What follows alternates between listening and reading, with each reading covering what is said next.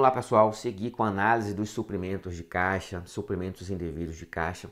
A essa altura você já deve ter a noção bem definida aí na sua cabeça o que é um suprimento de caixa. São aqueles lançamentos que serão feitos a débito da conta caixa. Alguns fazem parte do ciclo natural dos negócios da entidade, né? Porque ela vende, recebe à vista, debita a caixa. Ela vende um ativo, vende um carro, uma máquina que não lhe serve mais, o recurso entra em caixa. Então, o ciclo natural exige, né? Surge naturalmente esses débitos em caixa. Mas aquela empresa que sonega de forma reiterada, ela quando vende uma mercadoria, vende serviço, ela não emite nota fiscal e, consequentemente, ela não registra esses ingressos de recursos. Então, quando ela faz isso, o seu caixa deixa de receber as receitas, né? A consequência das receitas, né? Ela deixa de receber isso, de modo que o seu caixa vai ficando bem fraco, bem enfraquecido pela ausência desses registros. É evidente que ela tem o recurso, ela vende, ela tem o recurso, só que esse recurso não é contabilizado. Então o caixa formal, aquele que aparece na contabilidade, está bem fraquinho e chega um dado momento que ele pode se tornar credor, né? E isso revela a infração por presunção de omissão de receitas. E para evitar isso, a empresa vai simular um ingresso no caixa. É isso que a gente chama de suprimento de caixa indevido ou suprimento não comprovado. E há várias formas de fazer isso. Um sócio pode simular um empréstimo para a empresa, o sócio pode simular um aumento de capital, o sócio pode simular que está comprando um ativo da empresa. E é sobre esses assuntos que a gente vem discutindo já aqui. E agora a gente vê mais uma possibilidade, vamos dar uma olhadinha aqui, que é a venda simulada de ativo, né? Quando um sócio vai comprar, principalmente o sócio, pode ser terceiro também, mas principalmente um sócio, quando ele pode comprar um ativo da empresa de forma simulada. Vamos lá, essa empresa aqui tem um veículo, esse veículo está avaliado em R$3.000, ok? Nós temos no caixa dessa empresa um saldo inicial de 100 credor e o saldo credor de caixa significa o quê, pessoal? Significa que essa empresa aqui está omitindo receitas de pelo menos 100, porque não é possível um caixa negativo. Caixa tem que ser sempre positivo ou zero. Então, como esse caixa na contabilidade está revelando um saldo credor, a empresa precisa dar um jeito de esconder isso aqui rapidamente, porque se alguma fiscalização tributária chegar aqui, vai presumir que isso aqui é omissão de receita. Então, o que é que a empresa vai fazer? O sócio vai simular a compra desse veículo da empresa. Então, ó, temos um veículo de 3.000, eu vou desprezar aqui qualquer cálculo de depreciação, valor residual, só para facilitar, tá? Então, assim, nós temos um veículo de 3.000 e o sócio vai comprar. Como é que o sócio compra esse veículo, né? Faz um contrato qualquer, ele pode até transferir essa documentação do veículo no Detran, para o nome dele, para poder dar um ar de realidade à situação. Ele pode, né? Porque ele é sócio, o sócio tem um pleno domínio ali da organização, né? Então ele pode fazer um contrato de qualquer coisa, vendendo qualquer coisa, comprando qualquer coisa com a entidade ali, porque no final das contas a entidade é ele mesmo, né? Então ele tem ali, ele pode fazer diversas simulações. Então esse sócio vai comprar o veículo, ó. Então nós baixamos o veículo, ó, acreditamos o veículo ali no ativo da entidade, porque ele foi vendido para um sócio, desaparece o veículo, o sócio pagou 3.000, esse 3.000 entra aqui, ó, no caixa da entidade na contabilidade, de modo que o seu saldo de caixa se torna 2.900. Então veja, nós tínhamos um saldo de caixa negativo de 100, com essa venda do veículo, o saldo passou a ser 2.900 e saldo de caixa positivo, aparentemente está tudo certinho, né? O caixa negativo é que não pode, então aparentemente o caixa ficou camuflado aí, eventuais omissões de receitas ficaram camufladas aí, porque o sócio fez esse suprimento aí por meio dessa aquisição do veículo. Qual é o nosso objetivo aqui? É identificar se esse veículo foi de fato vendido, né? Esse é o desafio da auditoria fiscal, porque o nosso objetivo é identificar suprimentos indevidos de caixa, suprimentos não comprovados de caixa. Então vamos passar a investigar agora se esse veículo foi de fato vendido. E quando a gente pensa na auditoria fiscal, a gente vai ter sempre essa premissa aqui, né, de confrontar a situação real com a escritural. A situação escritural, qual seria? O sócio tem um contrato de compra desse veículo, né? O contrato existe, o contrato está ok. O sócio foi lá e transferiu esse veículo no Detran para o nome dele. Ok, né? Então a parte escritural está tudo certinho, aparenta está tudo certinho, não tem nenhuma situação que pode revelar uma irregularidade. Onde é que a gente vai buscar a irregularidade? Verificando a situação real, a verdade real. Então a gente tem que confrontar com a situação real. O que é que eu poderia fazer aqui? Vamos ver. Vamos analisar aqui quais seriam os exames que a gente poderia fazer.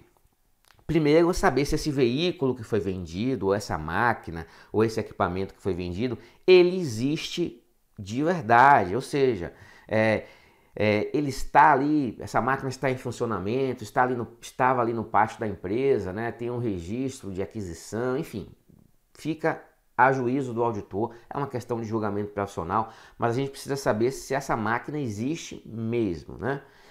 Primeiro passo. Então a gente poderia chegar a essa conclusão realizando a inspeção física e a inspeção documental para saber se existe mesmo esse veículo que supostamente foi vendido. Depois a gente vai fazer aquele confronto da vida real com a escritural. A escritural a gente já viu que está tudo certinho, porque tem contrato, né, tem transferência no Detran, tem tudo. Onde é que a gente vai buscar então os pontos falhos? Vamos verificar se essa venda ela tem efetividade. Então, não basta dizer que vendeu, não basta ter um documento dizendo que vendeu. A gente precisa ver se tem efetividade essa venda, se os fatos reais, né, eles se conectam com aquilo que o escritural afirma. Então, a gente poderia verificar, por exemplo, se esse veículo foi entregue ao adquirente ou se ele está no estacionamento, no pátio da empresa. Então, assim, muitas vezes a empresa só tem um veículo para fazer ali os seus fretes de entrega de mercadoria. E ela diz que vendeu esse veículo a um sócio. Bom, se ela vendeu esse veículo, vai ficar bem difícil para ela fazer os fretes, né? Fazer as entregas das suas mercadorias. Então, qual seria o propósito de fazer essa negociação? Não está estranho, né? Como é que você vende o almoço para comprar o jantar, né? Como é que você vende um veículo que faz a entrega dos seus produtos? Você vai entregar como agora? Então, muitas vezes, nessas vendas fictícias, você tem a papelada indicando que houve a venda, mas o veículo ou a máquina continua ali na empresa, trabalhando, realizando ali as entregas, se for um veículo, se for uma máquina, continua produzindo os produtos. Então, verificar se esse veículo está no estacionamento da empresa ainda, verificar se a máquina está na linha de produção da empresa, verificar se esses ativos continuam servindo à empresa e não servindo ao novo proprietário, né? Servindo ao adquirente. Então, muitas vezes, existe essa baixa por simulação da venda do ativo na empresa, mas o ativo continua lá. E aí se caracteriza um ativo oculto, né? Aquele ativo que continua sendo de fato da empresa, mas nos registros contábeis ele desaparece porque foi feita essa simulação de venda. Então, a gente poderia verificar isso. E a gente poderia verificar também a efetividade da operação financeira. O sócio está dizendo que comprou o veículo por 3 mil, né? Então vamos lá, cadê a cópia do extrato bancário desse recurso entrando nos cofres da empresa? Cadê a cópia do cheque ou da transferência bancária comprovando a transferência desse recurso para a empresa a partir do sócio? É assim que a gente consegue verificar a efetividade, né? Porque uma coisa é você fazer um contrato ali com uma pessoa, né? Então a manifestação da vontade dessas duas pessoas está ali no contrato, né? Se o contrato diz que você vai pagar em dinheiro, você vai pagar em banana, não importa, né? Entre as partes ali tá ok, mas a partir do momento que você precisa fazer essa comprovação para terceiros, você precisa ter elementos concretos, você não pode se limitar às meras alegações, tá? Então, assim, a efetividade da transação ela vai se revelar pela efetiva transferência do recurso do sócio para a empresa. A gente precisa ver esse recurso entrando na empresa. Então isso é efetividade, tá? E uma outra observação aí que a gente poderia levantar é se essa transação está sendo realizada em valores compatíveis. A gente viu que o nosso veículo valia 3 mil. Então, se o sócio diz aqui que comprou esse veículo por 10 mil, por exemplo, né, para poder simular um ingresso de recurso aqui de 10 mil no caixa e esconder um saldo credor ainda maior, isso vai ficar uma situação bem estranha também, né? Então a gente tem que ir pegando esses pontos soltos e ir somando para ter uma evidência robusta. Existe receita de bolo, tudo que você deve fazer? Não, não tem receita de bolo, é julgamento profissional. Mas quais são os pontos clássicos?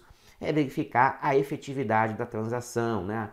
Tanto da transação financeira quanto da transação física, verificar se aquele veículo, se aquela máquina continua nas dependências da empresa.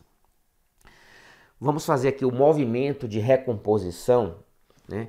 Eu sempre demonstro aqui na forma de uma planilha para você entender a metodologia, mas na sua prova é só uma continha de somar, né, que você vai fazer, tá bom? Somar e subtrair, você resolve. Eu vou demonstrar aqui então de uma forma longa para você captar a ideia.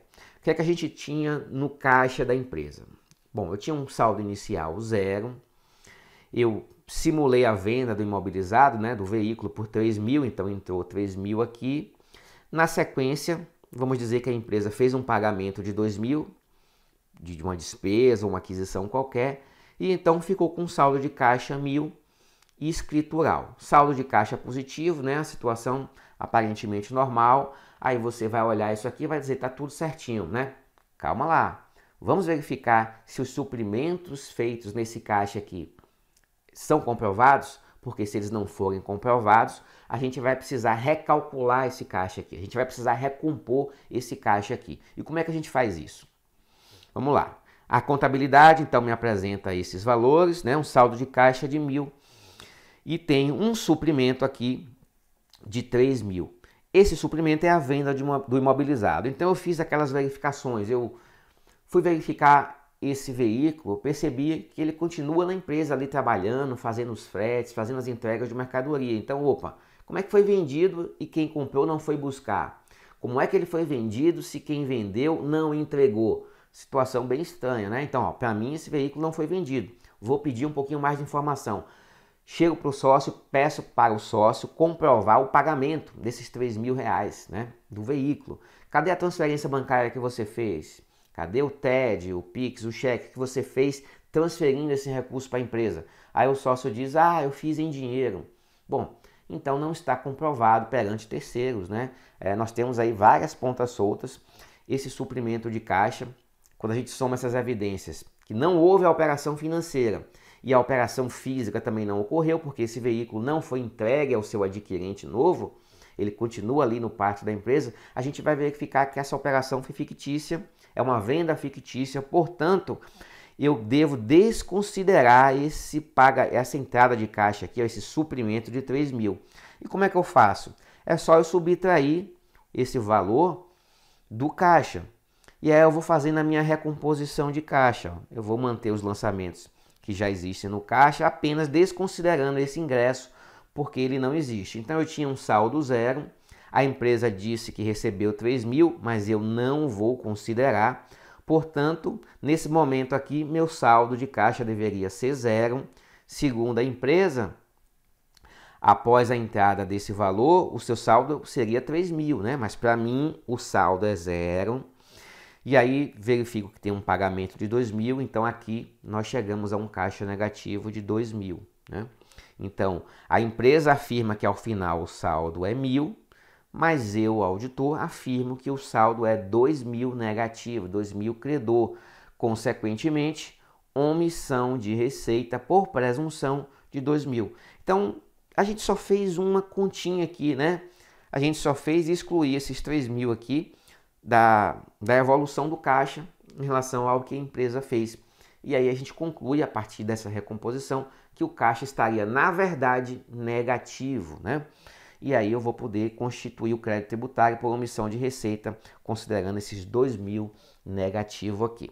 Bom, aí nós fizemos a nossa recomposição, um pouquinho de informação técnica para a gente robustecer o que a gente viu aqui, ó. A escrituração contábil com saldo credor, quando não suficientemente comprovada ser resultante de erros, admite a presunção legal de que resultou a falta de registro de receitas, né? Então, o nosso caixa com saldo credor de 2.000 implica em que?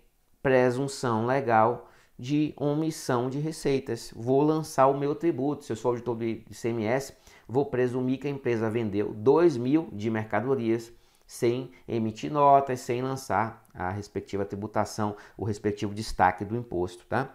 Então, só para a gente ter certeza de algo que a gente já vem repetindo aqui, ó, uma decisão administrativa, só para a gente ter um pouco da informação em termos técnicos. Vamos verificar outra possibilidade aqui, ó, envolvendo duplicatas a receber, conta clientes, operações frias relacionadas a títulos a receber, conta clientes. Conta clientes, quando você vende a prazo, faz surgir a conta duplicatas a receber, a conta clientes, não é? Então, olha só, quando você vende, você credita a receita e debita duplicatas a receber, tá? É assim que funciona, né? Uma venda a prazo. A empresa vai simular uma venda, tá? Para poder gerar uma operação fria. Ela vai simular a venda, então ela vai creditar a receita, vai debitar duplicata a receber, criando essa duplicata fria, essa duplicata fictícia. Aí no primeiro momento você vai pensar assim, poxa, mas por que a empresa vai criar essa fraude, creditando receita, gerando um faturamento fictício, se a gente tem um monte de tributo que incide no faturamento? Bom, ela vai fazer isso porque logo na sequência ela vai cancelar essa venda e vai criar uma duplicata fria para mais tarde utilizar como um suprimento indevido de caixa. Vamos ver o passo a passo aqui para ficar claro. Então a empresa criou uma venda fictícia, né? Registrou na sua contabilidade, creditou receita, debitou duplicatas a receber. Logo na sequência ela vai cancelar essa venda, tá? E como é que a gente cancela uma venda? Bom, a forma correta, se essa venda foi um erro, né? Foi um registro errado, a gente precisa inverter os lançamentos. Então eu preciso creditar minha duplicatas a receber para poder zerar essa duplicata que nasceu quando a gente fez a venda aqui, ó. Então eu vou fazer o lançamento inverso, credito duplicatas a receber para poder zerar e debito a minha conta redutora de vendas, né? Vendas canceladas pelo mesmo valor para poder anular todos os efeitos aqui dessa venda que está incorreta. Isso seria o procedimento correto. Só que a empresa que está planejando alguma irregularidade, ela não vai fazer o lançamento correto. Ela vai fazer algum lançamento incorreto para fazer nascer um ativo fictício. Vamos lá. Ela vai cancelar as vendas, né? Debitando as vendas. E ela vai creditar outra conta qualquer, ao invés de creditar a conta duplicatas a receber.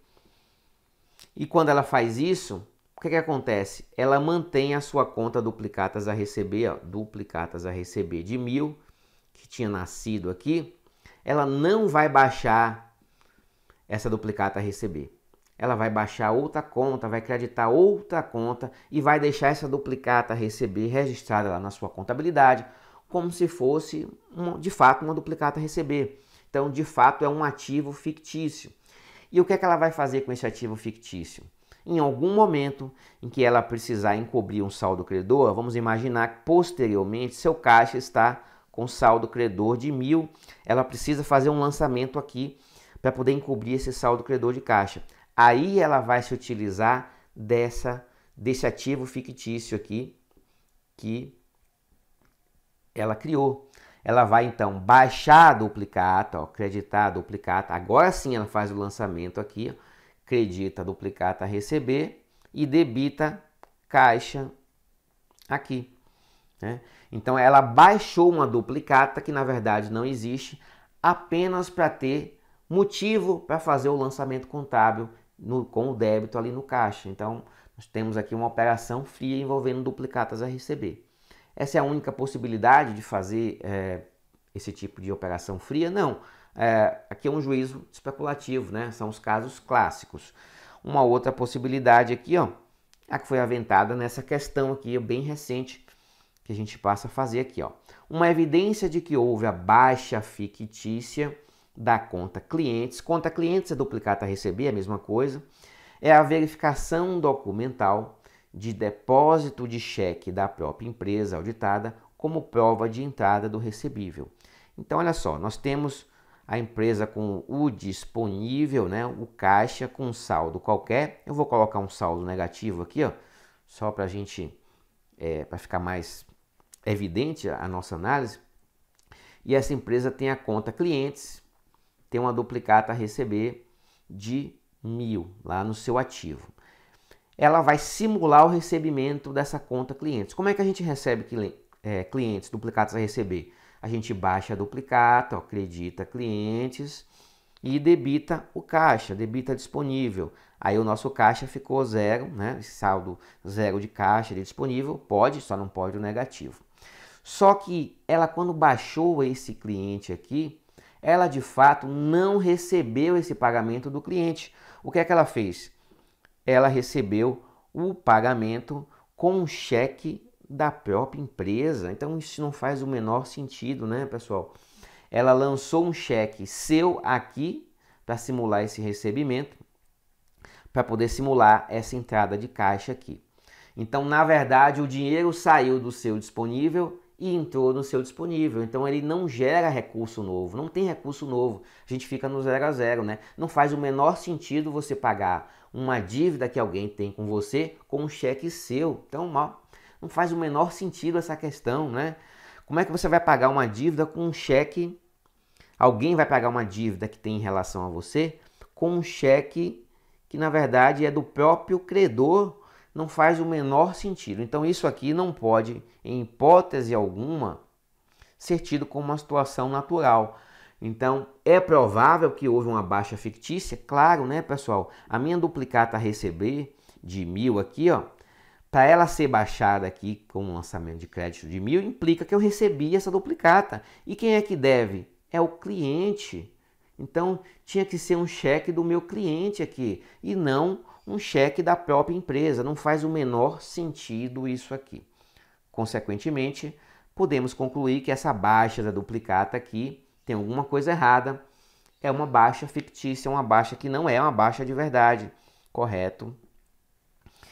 Vamos analisar aqui uma situação concreta para a gente ir conseguindo observar diversos aspectos de uma auditoria fiscal, né?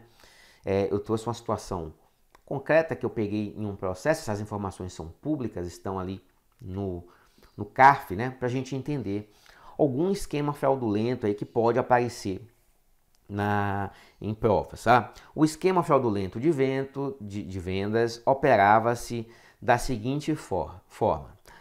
Parte das mercadorias vendidas pela empresa ABC eram entregues por motoristas funcionários a destinatários que não desejavam receber nota fiscal, com o intuito de revender as mercadorias também sem nota fiscal, sonegando os tributos e permitindo a permanência em regimes de tributação favorecidos, como é o caso do Simples Nacional. Vamos entender tudo que está envolvido aqui, pessoal, para a gente conseguir e começar a captar as nuances, né? O que é que pode aparecer em uma auditoria fiscal? Bom, nós temos a empresa ABC, que vende para clientes que são Simples Nacional. Clientes do Simples Nacional têm interesse em manter um faturamento baixo, porque se eles ultrapassarem um certo faturamento, eles são expulsos do Simples Nacional e precisam entrar em um regime de tributação que é menos favorecido, que é mais gravoso, né? Então, esses clientes do Simples Nacional aqui estavam querendo comprar sem nota fiscal, porque aí eles conseguiam vender sem nota fiscal, então o seu faturamento não ia se revelar na sua escrituração fiscal e na sua escrituração contábil. Essa é a situação que a gente tem, né? A ABC vende para clientes do Simples Nacional que queriam comprar sem nota fiscal para poder vender também sem nota fiscal. Olha um ponto interessante dessa questão aqui, ó, que os transportes dessas mercadorias eram realizados por motoristas funcionários. E isso é um aspecto bem interessante porque se você tivesse que contratar um frete, seria emitida a nota fiscal de transporte, né? Seria emitido o CTE, o conhecimento de transporte, e isso vai aumentando a quantidade de rastros que essa operação fraudulenta iria deixar. Então essa empresa aqui prefere fazer as suas entregas com motoristas funcionários, né? Ok, então um ponto aí para você ficar atento. Como esses destinatários não desejavam receber a nota fiscal, enfim, vamos lá, vamos passar aqui adiante para a gente ver o próximo nível dessa fraude aqui, ó. Para manter a regularidade dos estoques de mercadorias, para beneficiar interessados em registrar créditos de ICMS, os responsáveis pela empresa ABC simulavam a venda de mercadorias com a emissão de notas fiscais. Então, olha só, pessoal, a empresa ABC, ela vendia muito sem nota fiscal para empresas do Simples Nacional. E quando essa empresa ABC começa a vender muito sem nota fiscal, o que acontece?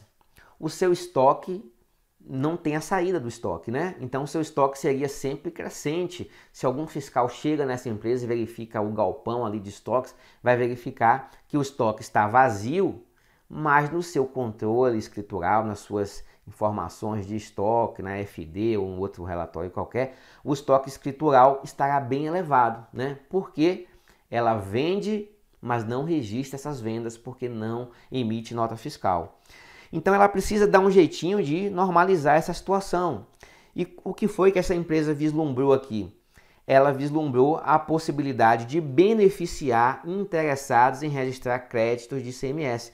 Lembra que ela só vendia para contribuinte do Simples Nacional? E o contribuinte do Simples Nacional, ele não apropria os créditos, né, de ICMS, de IPI, enfim, né, já que o regime é diferenciado, o regime de apuração.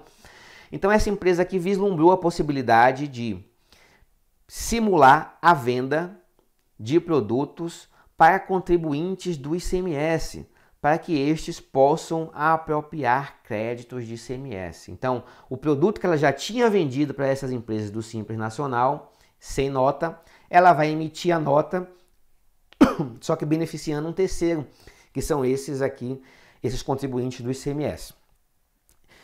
Então, ó, ela vai simular a venda de mercadorias com emissão de notas fiscais para destinatários que não correspondiam aos verdadeiros adquirentes recebedores dessas mercadorias, com a finalidade de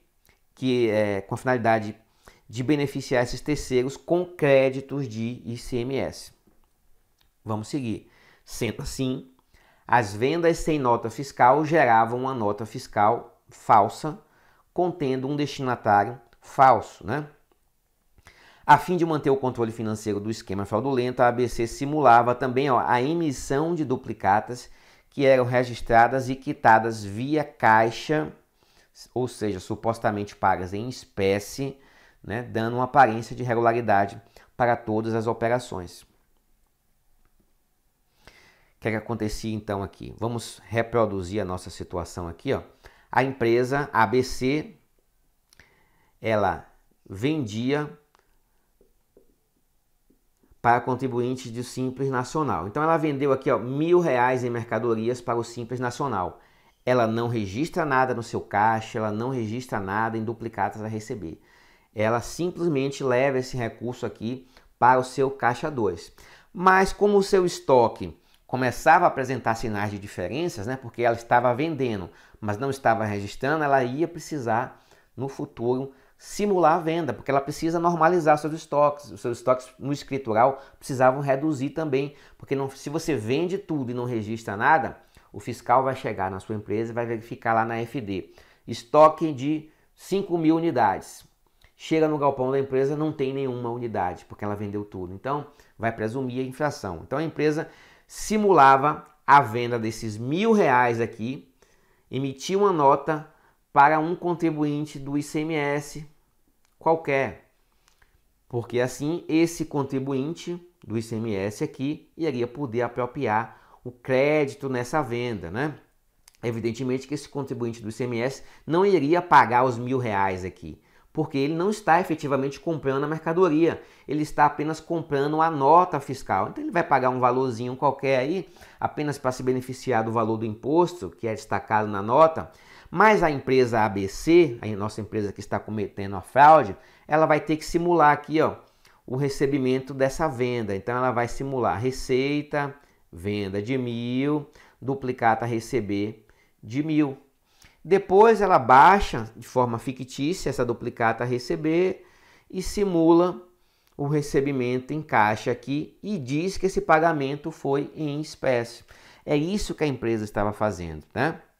Então ela emitia também a duplicata falsa e era quitada supostamente em espécie, via caixa, para poder dar áreas de regularidade a essa situação. Veja que esse esquema aqui, ele envolve a venda fictícia, ele envolve a criação de uma duplicata fictícia, né? Então, qual é o limite para a fraude? O limite é a criatividade humana, tá? Vamos ver outra possibilidade aqui, emissão e cancelamento de cheques de forma concomitante. Isso acontece também, ó. A gente tem as empresas que trabalham com a conta caixa e com a conta bancos de forma separadas, né? Sem misturar como conta única disponibilidades.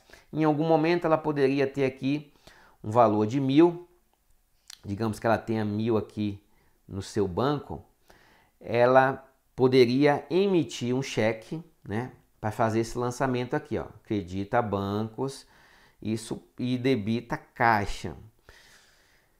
Aí aparentemente você tem um cheque ali no caixa da empresa, esse cheque na verdade não deveria estar no caixa, né, deveria estar em uma conta transitória porque ele vai ser compensado ainda.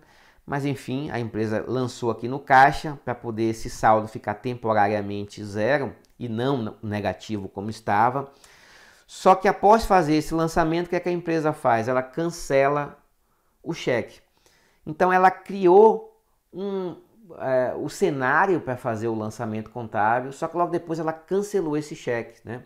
E não avisou ninguém, né, para fazer o lançamento inverso. Então fica transitoriamente positivo a conta ou zero o saldo da conta caixa, ou positivo que seja, né? Escondendo o eventual saldo credor. Evidentemente que isso com o tempo seria descoberto, né? Mas pelo menos você consegue alguns dias de camuflagem aqui para sua conta caixa, né? Então o cancelamento de forma concomitante do cheque permite criar esse cenário aí de lançamento contábil para esconder um saldo credor de caixa.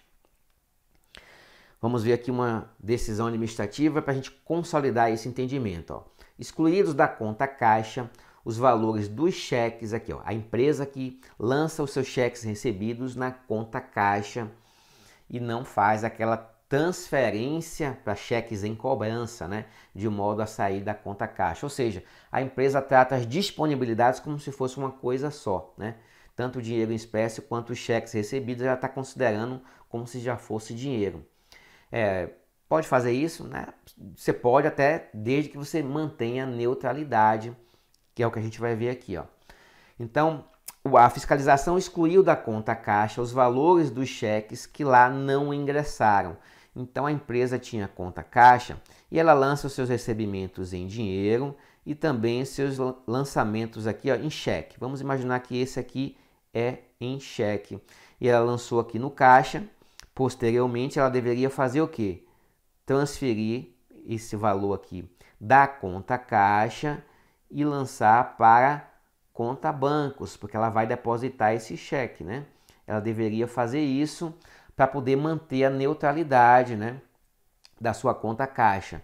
Mas tem empresa que usa caixa e bancos como se fosse uma coisa só, né? Então, quando você vai ali no caixa do supermercado, se você pagar em cheque, está sendo registrado ali aquele ingresso em cheque no caixa, mas é um ingresso que, para manter a neutralidade, ele precisa sair do caixa, entrar em outra conta depois, que é os cheques em cobrança, alguma coisa assim, tá?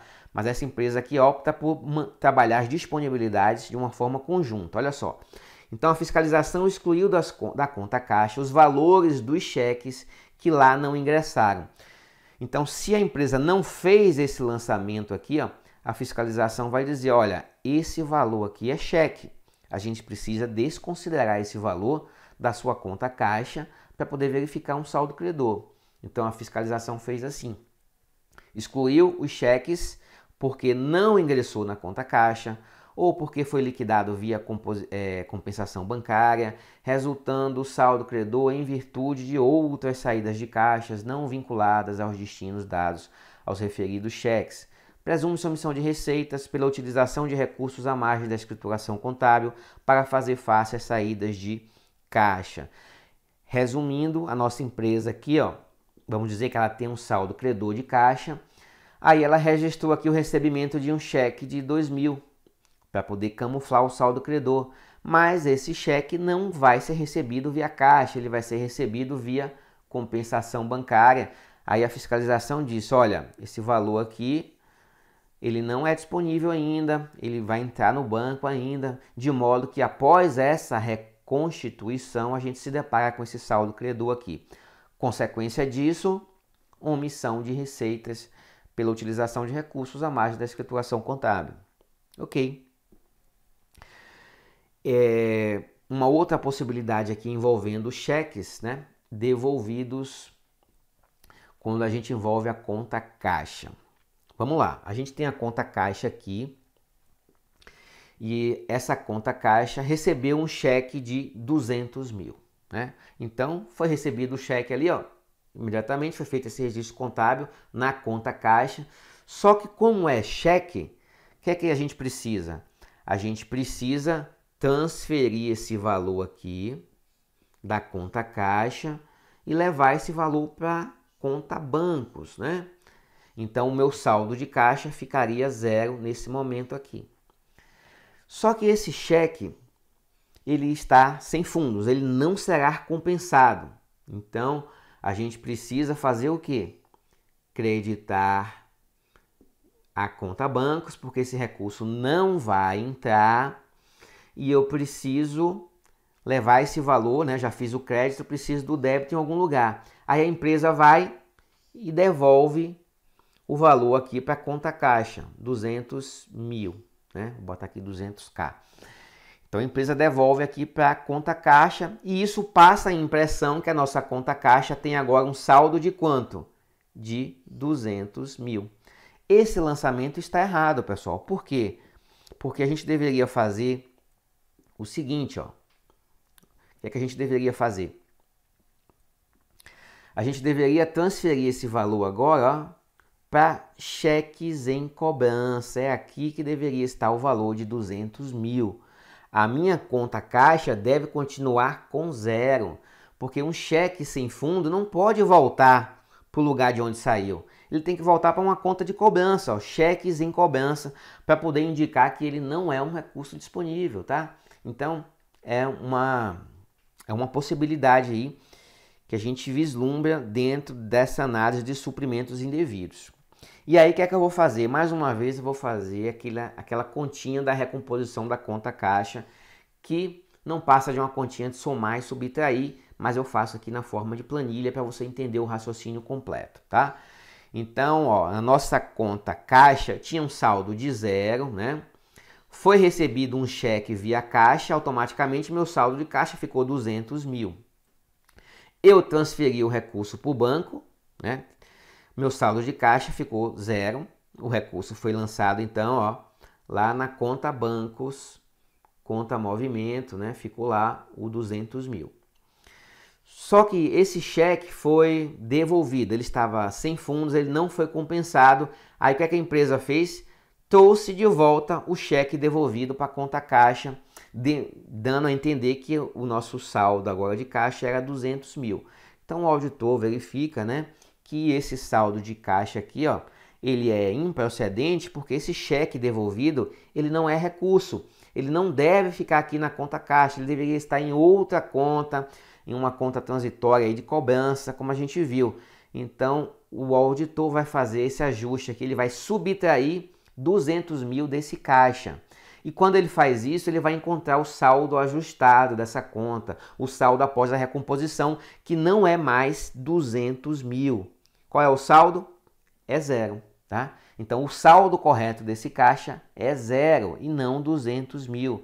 Esse 200.000 deveria estar em uma conta transitória como cheques em cobrança ou alguma outra conta que indique que ele não é disponibilidade imediata, tá?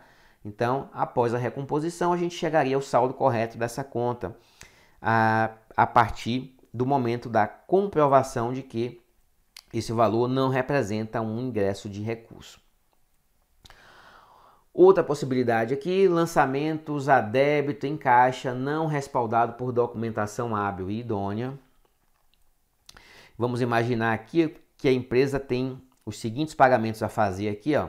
Água, energia, enfim, salários que totalizam R$ 54.000. O lançamento correto, né? Qual seria o lançamento correto?